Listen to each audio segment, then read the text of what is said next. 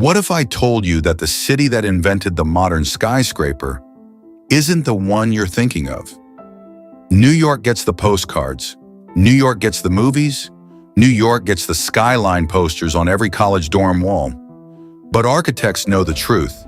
The skyscraper wasn't born in Manhattan. It was born from ashes, literally. This is Chicago, and this is the story of how one city changed the way humans build and never got the credit it deserved. October 8, 1871, a fire starts on the west side of Chicago. Within 48 hours, 1/3 of the entire city is gone. 100,000 people homeless, 17,000 buildings reduced to rubble.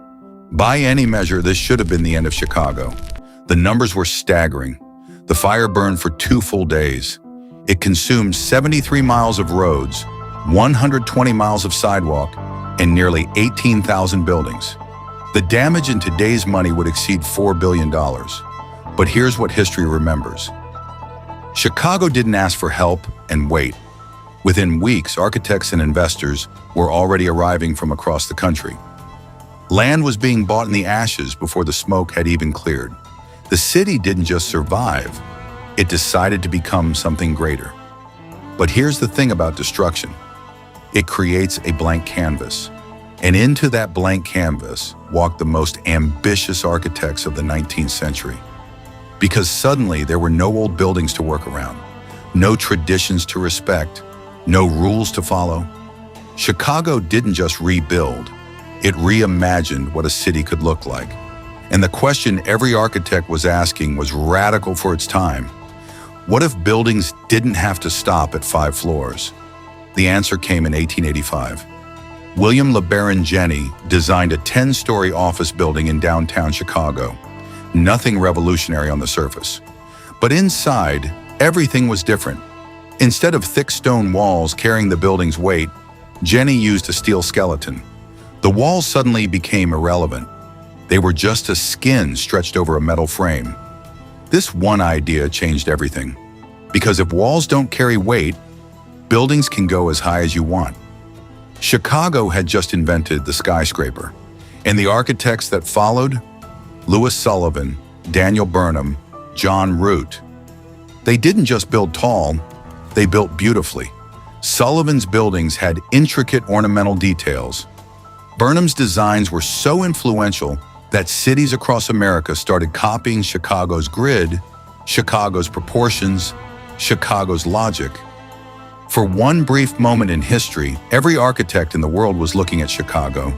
But it wasn't just about height. Louis Sullivan, the man they would later call the father of the skyscraper, believed buildings should tell the truth. His famous principle, form follows function, meant that a building's appearance should reflect its purpose. No fake columns, no unnecessary decoration pretending to be something it wasn't. Sullivan's buildings in Chicago were honest, and they were beautiful because of it. His most famous student? A young architect named Frank Lloyd Wright. Chicago wasn't just building skyscrapers, it was training the minds that would reshape architecture for the next century. So what happened? How did New York steal the crown?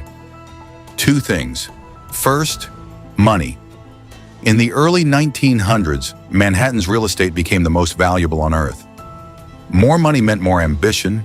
More ambition meant taller, more extreme, more spectacular buildings. The Flatiron, the Chrysler, the Empire State. New York wasn't building offices anymore. It was building symbols. And New York played the game differently. In 1930, 2 skyscrapers were in a secret race.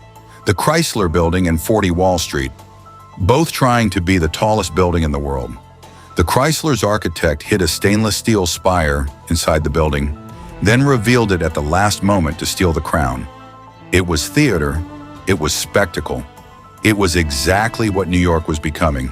Chicago built to last. New York built to impress second. And this is the part Chicago never recovered from. Chicago chose restraint. In 1909, Daniel Burnham created the Chicago Plan, a revolutionary urban design document. And one of its core ideas was protecting the lakefront. No buildings on Lake Michigan's shore, ever. While New York was racing upward with no limits, Chicago was deliberately holding itself back. It was a noble decision. Chicago's lakefront today is stunning. 26 miles of public parkland, completely free of skyscrapers. But nobility doesn't make the postcard. Here's what's interesting, though.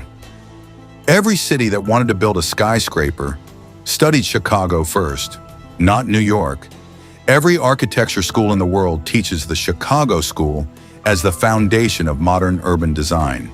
The steel frame, the open floor plan, the curtain wall, the elevator core, every element we take for granted in modern buildings today, Chicago invented, tested, and perfected them first. And that lakefront decision that cost Chicago its crown? Today it's considered one of the greatest urban planning choices in history. While other cities sold their waterfronts to developers, Chicago gave it to its people. So maybe the question isn't why Chicago got overshadowed. Maybe the question is, did Chicago actually lose? Or did it just decide that being right was more important than being famous? Next time you're in a skyscraper, anywhere in the world, remember where that idea came from. It came from ashes.